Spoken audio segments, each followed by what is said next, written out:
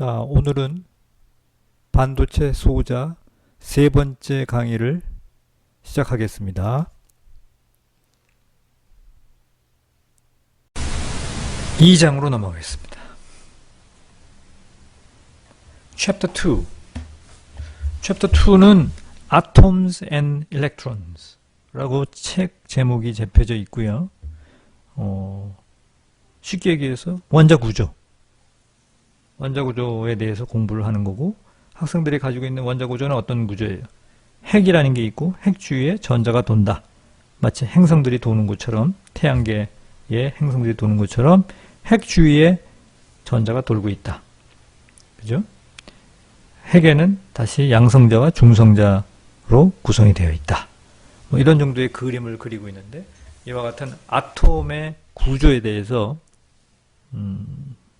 다시 한번 학생들로 하여금 생각하게 만들고, 이 생각하는 과정에서 어떤 물리량, physical quantity라고 그러죠. 물리량이 양자화되어 있다, quantize가 되어 있다는 그런 컨셉을 학생들이 스스로 자각할 수 있는 그런 기회를 주기 위해서 제2장이 쓰여져 있습니다. 그래서 2장을 제대로 이해를 해야만 그 다음에 제3장의 에너지 밴드 티오리를 이해할 수 있으니까 한번 잘 학습을 하기 바랍니다. 제2장에서 다루는 내용은 사실은 물리학입니다.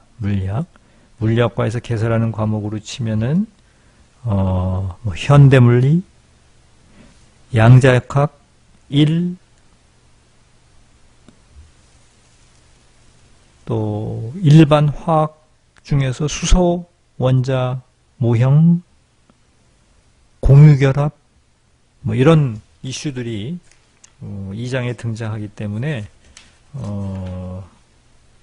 전기공학도로서 조금 거북한 점이 있을진 모르겠지만 반드시 알아야 할 내용이니까 한번 잘 학습을 하시기 바랍니다.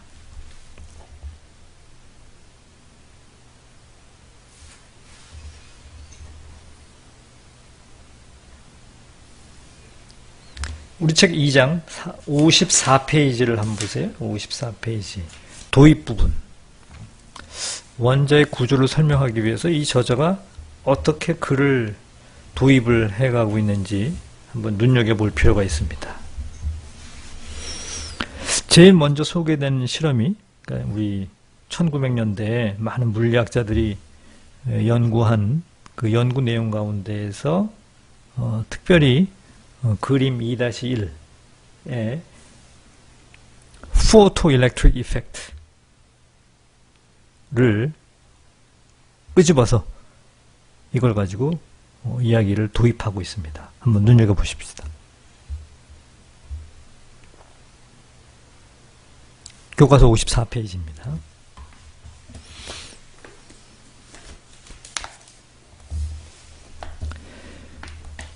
(54페이지) 그림 2-1이에요. 2-1.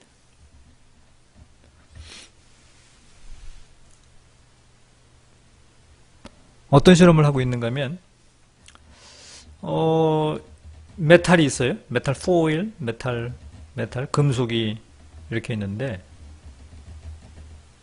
이 금속에다가 알루미늄 포일, 이런 금속이 있어요.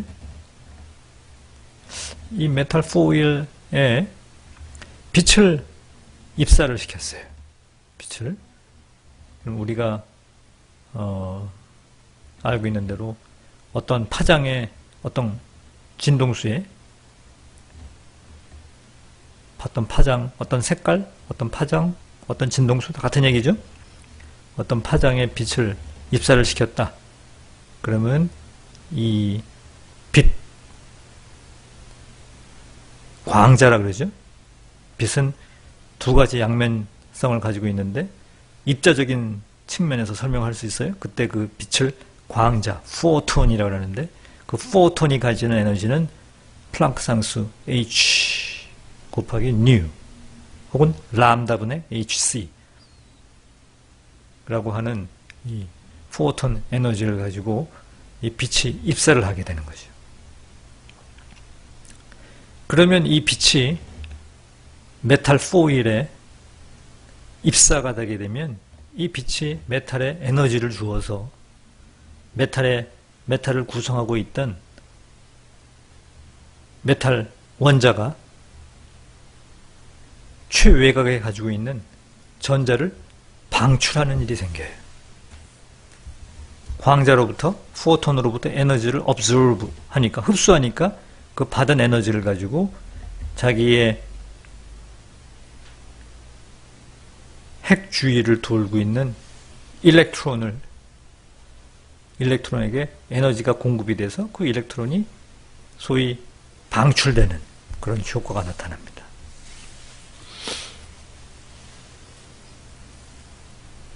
그럴 것 같으죠? 그래서 이 과학자가 어떤 실험을 했는가 하면 여기 입사시키는 빛의 파장을 쭉 바꿨어요. 파장을 바꿨다는 얘기는 뭐 진동수를 바꿨다는 얘기랑 같은 얘기고, 더 평범한 얘기를 하면 색깔을 바꾼 거죠. 색깔을. 파장을 쭉 바꿨어요. 바꾸면서 계속 실험을 해봤습니다. 그리고 이쪽 부분에서 수신부죠. 수신부에서 이 방출되는 일렉트론의 에너지를 측정을 했어요. 일렉트론의 에너지. 일렉트론이 어떤 에너지로? 그러니까 일렉트론이 큰 속도로 방출이 되게 되면 이 일렉트론의 운동 에너지가 큰 거죠. 이게 일렉트론이 작은 에너지로 방출될 수도 있고, 이 포톤을 맞고 큰 에너지로 빠져나올 수도 있고. 그래서 그래프를 그렸습니다. 그래서 이 Y축에다가 이 일렉트론의 운동 에너지를 그렸고, 여기 횡축에다가 자기가 입사시킨 빛의 진동수, 파장의 역수죠. 파장의 역수를 X축으로 해가지고 실험 결과를 플롯을 쫙 했더니 놀랍게도 이런 직선이 나와요. 직선 나왔고, 이 직선이 더욱더 놀라운 거는 원점을 통과하는 것도 아니고 여기에 횡축에 어떤 절편이 있어가지고 진동수가 이 값보다 낮은 경우, 그러니까 파장이 이 어떤 문턱 파장보다 긴 경우, 왼쪽으로 가면 파장이 길어지는 거죠. 파장이 긴 경우에는 일렉트론이 전혀 메탈 포일로부터 튕겨나오지 않는다는 걸 알았어요. 그죠? 두 가지 사실을 발견을 했습니다. 이 과학자가 어떤 두 가지 사실을 발견을 했는가 하면, 파장이 어떤 파장, 임계파장, 진동수로 치면 임계진동수보다, 진동수가 임계진동수보다 낮은 경우, 파장이 긴 경우에는 이 일렉트론이 전혀 방출이 안 돼요. 그러다가 일렉트론이 방출되기 시작을 하는데, 그 방출된 일렉트론이 갖는 에너지는 직선의 커브를 따라가고, 그때 그 기울기를 측정을 해보니까 진동수에 비례하는, 비례 상수는 H 플랑크 상수가 되는 이런 관계가 되는 것을 발견을 했어요.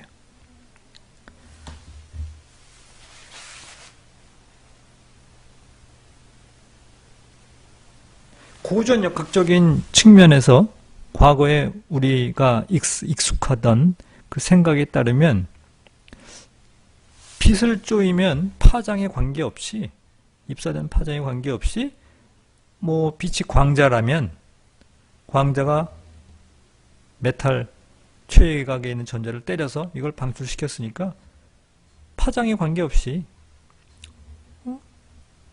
에너지를 계속 방출을 해야 되지 않겠습니까? 여기. 임계값이라는 개념이 없이 작은 파장에 대해서도 긴 파장에 대해서도 이 일렉트론이 방출이 돼야 되는 거죠. 그런데 임계값이 있어서 그거보다 에너지가 이하가 되면 일렉트론을 방출하지 못한다는 것을 관찰을 하게 됐습니다.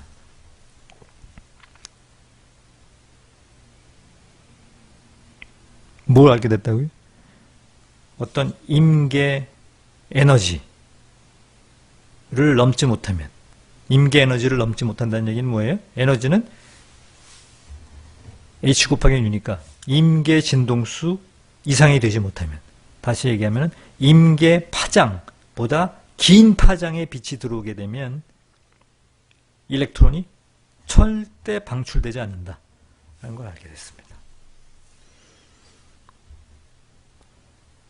또 다른 실험은 수소 아톰, 수소의 수소 방전관에서 나오는 그 빛들을 프리즘으로 분산시켜서 어떤 색깔의 빛이 나오는가를 측정을 했더니 모든 파장의 빛이 나오는 것이 아니라 이와 같이 띄엄띄엄 요거에 해당되는 파장의 빛, 여기에 해당되는 파장의 빛, 요거에 해당되는 파장의 빛, 이와 같이 라인 스펙트럼으로, 라인 형태로 특정 파장의 빛들만 검출이 되는 것을 발견을 했습니다.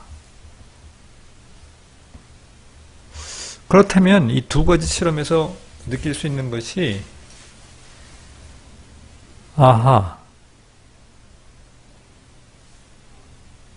에너지의 전이는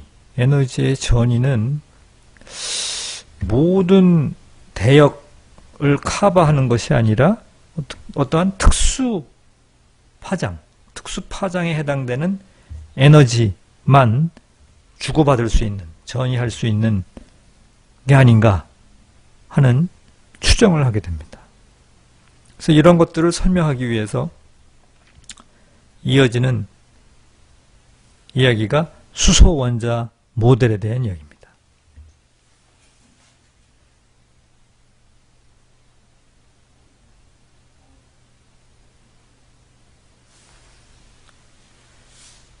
고등학교 때부터 여러 번 들은 대로 수소 원자 모델을 설명하는데 제일 먼저 등장하는 사람이 J.J. 톰슨입니다. J.J. 톰슨은 1904년에 오른쪽에 있는 이런 모델을 제안을 했습니다.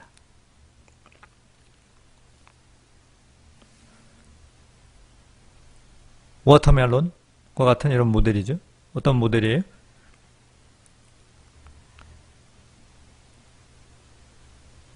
마치 숲 혹은 구름과 같은 positive charge 양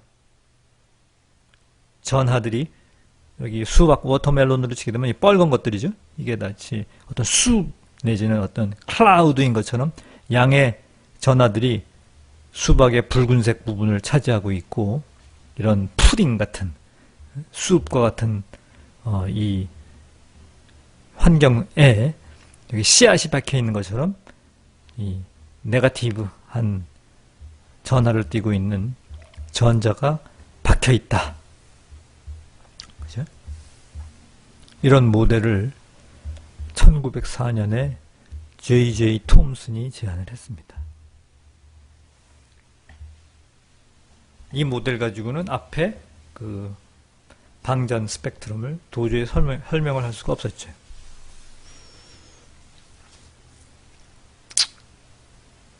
톰슨의 모델이 뭐예요? 플러스 전기를 띠고 있는 어떤 클라우드 혹은 이런 물질 안에 음의 전기를 띠고 있는 전자가 박혀 있는 그런 모델이었죠.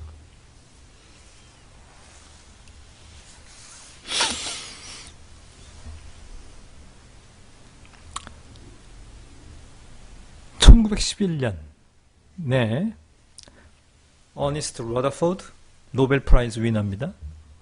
러더포드가 새로운 모델을 제안을 합니다.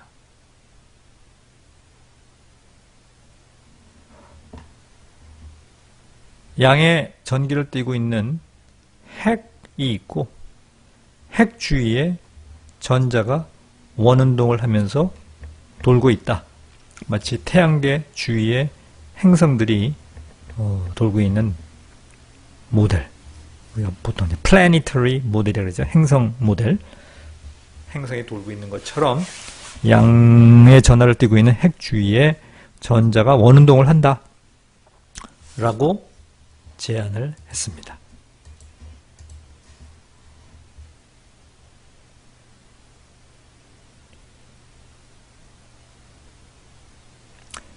그런데 이 어니스트 러더포드의 모델에는 문제점이 있습니다.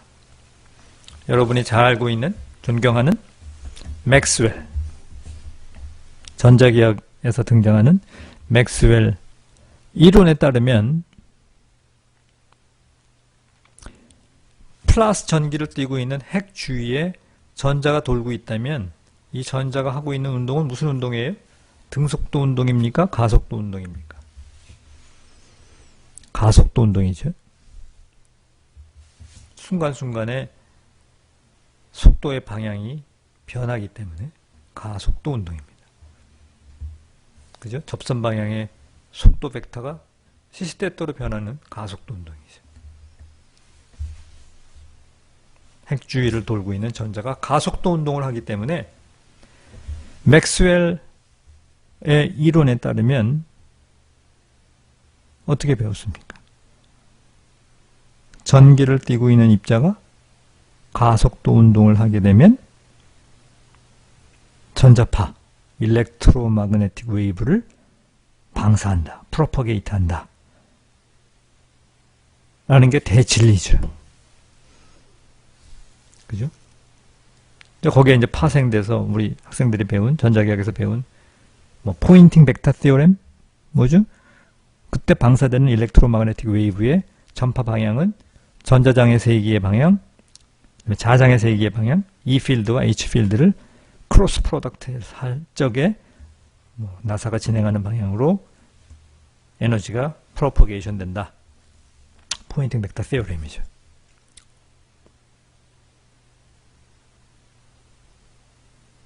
그래서 핵 주위를 돌고 있는 전자가 가속도 운동을 하게 되면은 얘는 계속 전자파를 바깥으로 방출을 할 것이고, 전자파를 방출을 하게 되면 에너지를 잃게 될 테니까, 그죠? 에너지 보존 법칙에 따라서 에너지를 바깥으로 자꾸 방사를 하게 되면 나는 스스로 에너지를 잃는 수밖에 없죠. 에너지 보존 법칙에 따라서 나는 에너지를 잃게 되면 원운동을 제대로 할 수가 있습니까? 원운동을 할 적에 에너지는 뭐예요? 구심력이죠. 구심력. 그죠? 구심력 에너지. mr 오메가의 제곱. mr분의 v의 제곱. 그게 내가 가지고 있는 에너지인데, 에너지를 잃으니까 결국 어떻게 돼요? 원운동을 하고 있는 궤도, 반경, r이 감소하는 수밖에 없죠. 그러니까 결국은 어떻게 된다는 얘기예요? 이렇게 원운동을 하고 있던 전자가 EM, 웨이브를 발생을 하면서 에너지를 손실을 일으킬 테니까 결국은 반경이 작아져가지고 결국은 톰슨의 모델로 다시 돌아올 수밖에 없어요. 그죠? 그래서 딜레마에 빠진 거죠. 러더포드의 모델이 그렇듯 했는데 사실은 틀렸어요.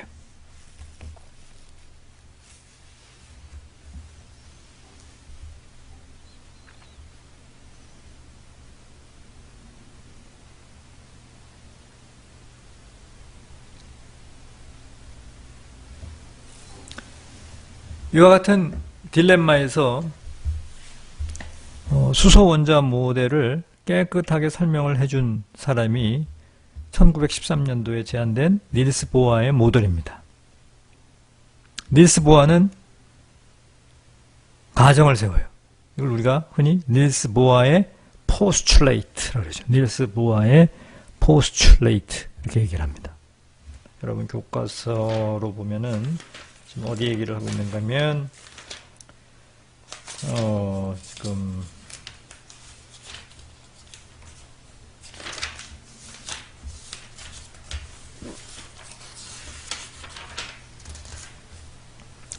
57페이지를 펴놓고 보면 되겠습니다. 보아의 모델입니다. 닐스 보아의 모델. 그래서 닐스 보아가 postulate, P-O-S-T-U-L-A-T, postulate가 뭐예요? 가설입니다. 가설. 닐스 보아가 가설을 하나 세웁니다. 물론 이제 양자학을 제대로 공부를 하면 이게 가설이라기보다는 하나의 당연한 어떤 데리베이션 과정을 거쳐서 얻는 결과물인데, 처음 이 양자학을 접하는 사람들한테는 그냥 가설이다, 일단 믿어라. 이 가설을 당신이 accept를 해서 이하 내용을 설명을 해서 어떤 결론을 이르게 되고, 이 결론이 자연현상을 잘 설명하면 아까 내가 세웠던 가설이 맞는 게 아니냐, 뭐 이런 논법이죠. 가설을 세워주고 그 가설에 따라서 뭐 수학적인 수식을 유도를 한 다음에 그 결과가 자연현상을 잘 설명을 하면 내가 세웠던 그 가설이 맞는 게 아니냐, 뭐 이런 학습 방법입니다. 그래서 이 닐스 보아의 가설은 뭔가면, 원운동을 할 때 전자가 이 핵주위에서 원운동을 할 때, 원운동을 하면은 직선운동을 하게 되면 운동량이라는 걸 정의했죠. 운동량이 뭡니까? 운동량 P, 벡터량이죠. P는 M 곱하기 V죠. P는 MV. 맞죠? 이걸 갖다 우리가 뭐라고 불렀어요? 물리 시간에? 선운동량 그랬죠. 리니어 모멘텀. P는 MV 그랬었어요. P는 MV. 원운동을 하게 되면 원운동을 하고 있는 입자에게 뭘 정의할 수 있어요? 앵귤러 모멘텀, 각운동량을 정의할 수 있습니다. 각운동량이 뭐였어요? MVR입니다. MVR.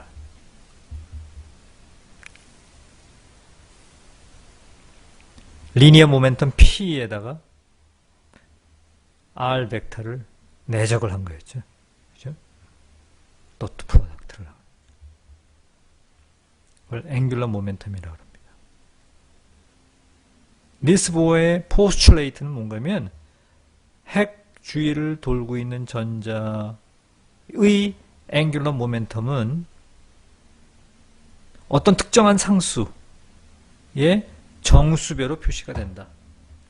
그리고 그 특정한 상수는 플랑크 상수와 관련된 건데, 플랑크 상수 h를 2파이로 나눈 이 값이다 라고 포스츄레이트를 내세웠습니다.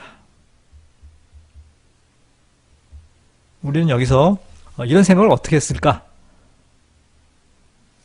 라는 의문은 잠시 재워두고, 일단 닐스 보아의 포스츄레이트를 받아들이고 이하 수업을 진행을 하기로 합니다. 어떻게 이런 생각을 했을까? 는 일단 접어두고, 닐스 보아의 포스츄레이트를 우리가 accept를 하게 되면 수소 아톰에서 벌어지는 자연 현상들을 그대로 정확하게 잘 설명을 할 수가 있습니다. 닐스 보아의 포스츄레이트가 뭐예요?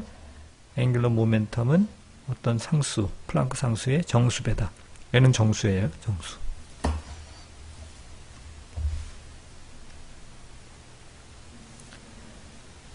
핵 주위를 돌고 있는, 핵으로부터 거리 r만큼 떨어져 있는 궤도에서 원운동을 하고 있는 전자가 갖는 구심력은 mr분의 v의 제곱이죠. 이게 꾸울롱의 정전력이죠. 그죠?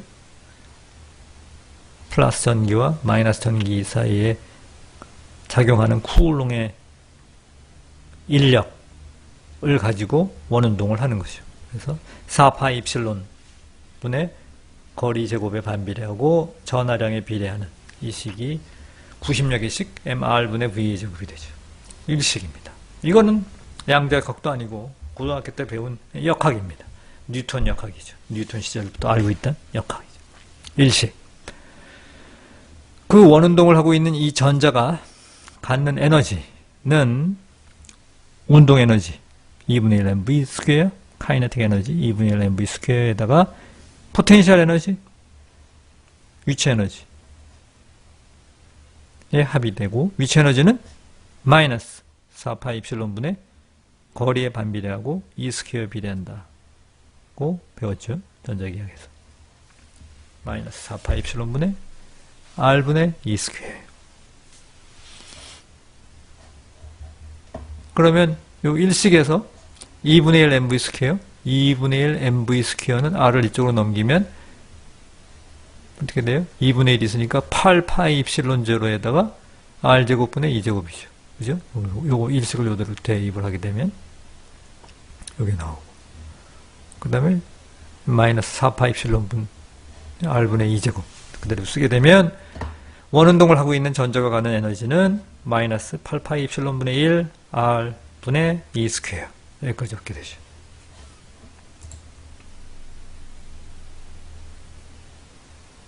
되겠습니까?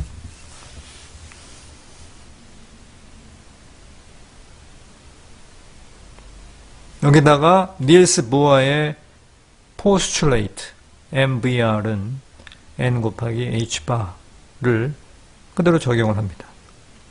그럼 이 식으로부터 R을 이쪽으로 보내서 양변을 제곱을 하게 되면 M제곱 V제곱은 R제곱분의 N제곱 H바의 제곱입니다. 그죠?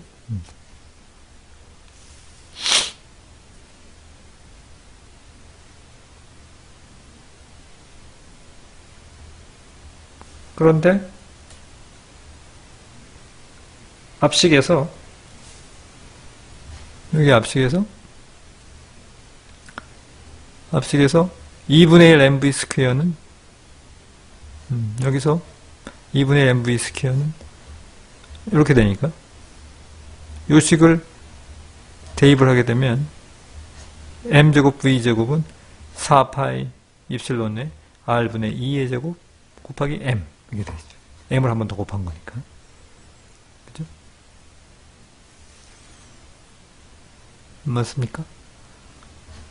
그러면 요 식과 요 식을 이퀘이트를 시킬 수가 있죠. 요 식과 요 식이 다 같이 m제곱 v제곱이니까 오른쪽에는 요 식 equal 요 식 이렇게 쓸 수가 있습니다. 그렇게 되면 요 두 식에서 어떻게 돼요? 요 식과 요 식에서 이건 r제곱 오른쪽으로 보내면 r에 대한 표현식으로 쓸 수가 있죠. 그래서 r에 대한 표현식으로 쓰게 되면 m2 스퀘어분의 4파 입실론 h파이 제곱 n제곱 이렇게 나왔어요.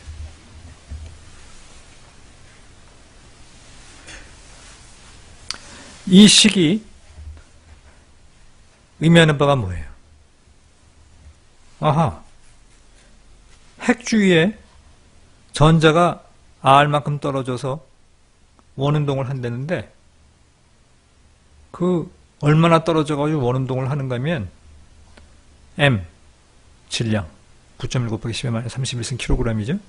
전자의 전하량 1.6 곱하기 10의 마이너스 19승 쿨롱 4파이 입실론 유전율 H 플랑크 상수. 앞으로 앞에 있는 건 다 상수란 얘기예요. 숫자. 어떤 숫자에다가 n의 제곱에 비례해요. n은 뭐였죠? 정수 1, 2, 3, 4, 5, 6, 7, 8이에요. 아하, 뭘 암시해요? 핵 주위에 전자가 원운동을 하는데 그 원운동을 하는 궤도가 핵 주위에 지멋대로 자기가 원하는 대로 아무 반경이나 다 취할 수 있는 것이 아니라 어떤 some constant에다가 n의 제곱, 그러니까 1의 제곱, 2의 제곱이니까 4죠. 1, 4, 9, 16, 25 이렇게 어떤 특정된 값의 반경만을 가지고 도는구나. 다시 얘기해요. 핵 주위에 전자가 임의의 반경을 가지고 원운동을 하는 것이 아니라 이미 결정된 그 반경의 크기, 이만한 간격, 그 다음에 그거에 4배 되는 간격, 그거에 다시 9배 되는 간격, 그거에 16배 되는 간격으로만 돌 수 있다 라는 것을 우리가 발견하게 돼요. 최소로 핵에 가장 가까이 돌 수 있는 게 얼마예요? 이 앞에 붙어있는 상수로 계산되는 가격이죠. 최소의 반경, 최소 반경. 그걸 우리가 보아의 레디어스라고 불러요. 보아의 레디어스. 최소 반경. 그 반경으로 돌 때 전자가 무슨 각에 있다 그래요? 화학 시간에 K 각에 있다 그래요. K. KLMN. 이렇게 배웠죠? 들은 기억이 있을 거예요. K각으로 돈다. 그 다음 궤도. N equal 2죠? 그럼 그 궤도 반경에 4배 되는 간격. 떨어져서 돌 적에. 그걸 뭐라고 불렀어요? 화학 시간에 L각으로 돈다 그랬어요. 혹은 뭐 주양자수 N equal 2인 궤도를 돈다 그랬죠. 보아 레디어스로 돌 적에 주양자수 N equal 1로 돈다 그랬어요. N이 1, N이 2, N이 3. K각, L, M각, N각 이렇게 불렀었죠. 화학사 하는 사람들은. 그때 이 레디어스를, 레디어스가 R의 펑션이니까 선생님이 첨자에 밑에다 N이라고 하나 붙인 거예요. 사실은. N의 펑션이니까 Rn 이렇게 썼어요. 이 레디어스를 이렇게 표현식을 구한 다음에 얘를 어디다 대입했어요? 앞에 이 에너지식 여기 레디어스에다 집어넣으면 전자가 가는 에너지가 나오죠. 그래서 그 에너지를 계산을 했더니 대입해가지고 쭉 계산을 했더니 전자가 가는 에너지는 마이너스, 아까 이 마이너스 요거 R 대신에 대입한 겁니다. 이제 보면 4파이가 있으니까 4, 8, 32 이렇게 나오겠죠. 그래서 계산이 32 파이 제곱, 입실론 제곱, h 바이 제곱, me 4제곱에 n 제곱분의 1 이렇게 나왔어요. 앞에 거 역시 다 everything 다 상수입니다. 숫자를 한번 다 넣어봤어요. 다 넣어봤더니 단위를 일렉트론 볼트로 맞추니까 이 앞에 있는 숫자 다 넣어가지고 질량 9.1 곱하기 10의 마이너스 31승 킬로그램, 1.6 곱하기 10의 마이너스 19승 쿨롱, 입실론, 플랑크 상수 다 넣어봤어요. 넣어봤더니 앞에 게 뭐가 나와요? 13.6 일렉트론 볼트가 나오고 여기 분모에 n제곱이 있습니다. n은 뭐예요? 1, 2, 3, 4, 5, 6, 7.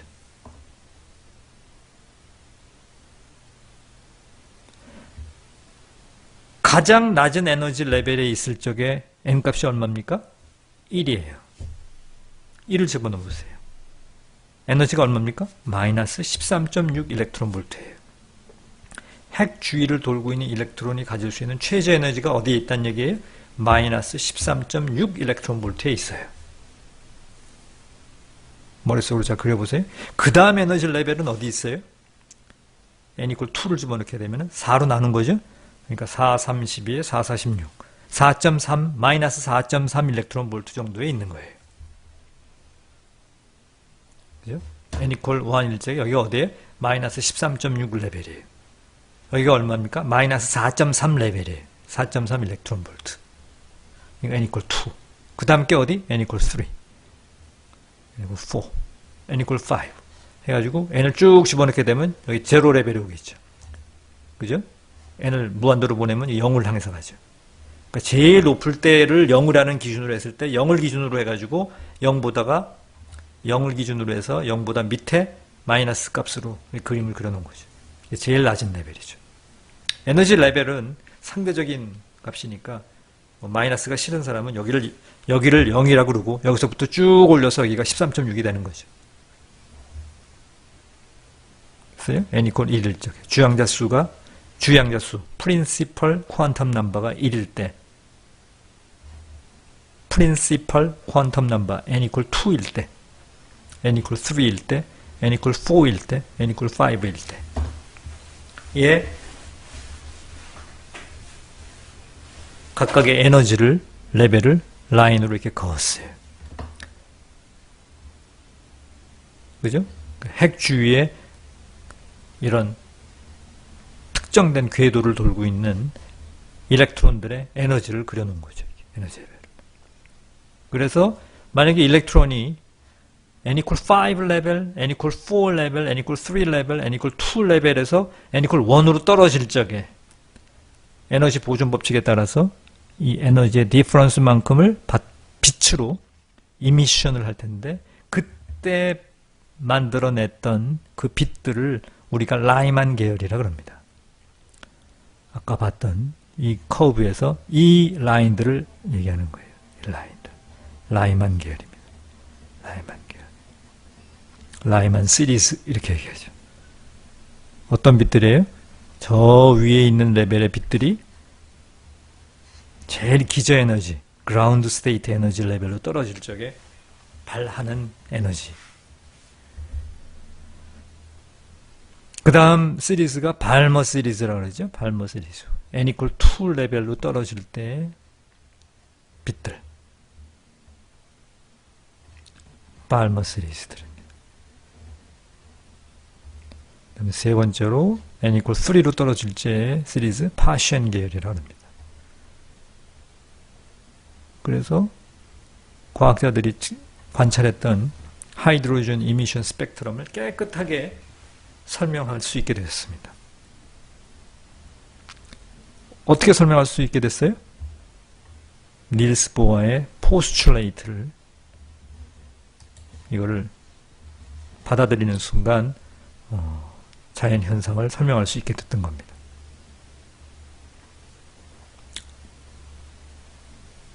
그래서 이 모델로부터 우리가 알 수가 있는 건 뭐예요? 아, 우리가 고전역학적으로 손에 끈에다가 돌멩이를 붙들어매 가지고 원운동을 시킬 적에 우리는 끈의 길이를 여러분이 원하는 대로 컨티뉴어스하게 모든 끈의 길이를 다 가지고 돌릴 수 있다고 생각을 해요. 그죠? 이렇게 다 원운동을 다 할 수 있다고 생각을 해요.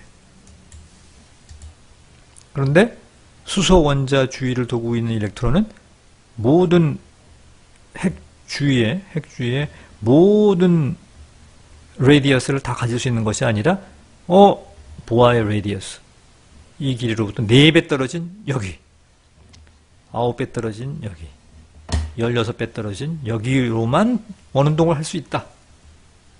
레디어스가 어떻게 디스크리트한 값만을 갖는다. 에너지도 기저 에너지로부터 높은 에너지 레벨까지 컨티뉴어스하게 모든 에너지 값이 다 존재하는 게 아니라 여기만 허용이 된다. 에너지가 퀀타이즈 되어 있다. 양자화되어 있다. 컨티뉴어스한 값을 갖는 게 아니다. 하는 것을 우리가 인식을 하게 됩니다. 그죠? 그래서 우리가 알고 있었던 이런 에너지, 거리, 레디어스는 거리죠. 거리. 이런 퀀티티들이, 이런 양들이 양자화되어 있다. 퀀타이즈가 되어 있다. 라는 개념이 도입이 되기 시작한 겁니다.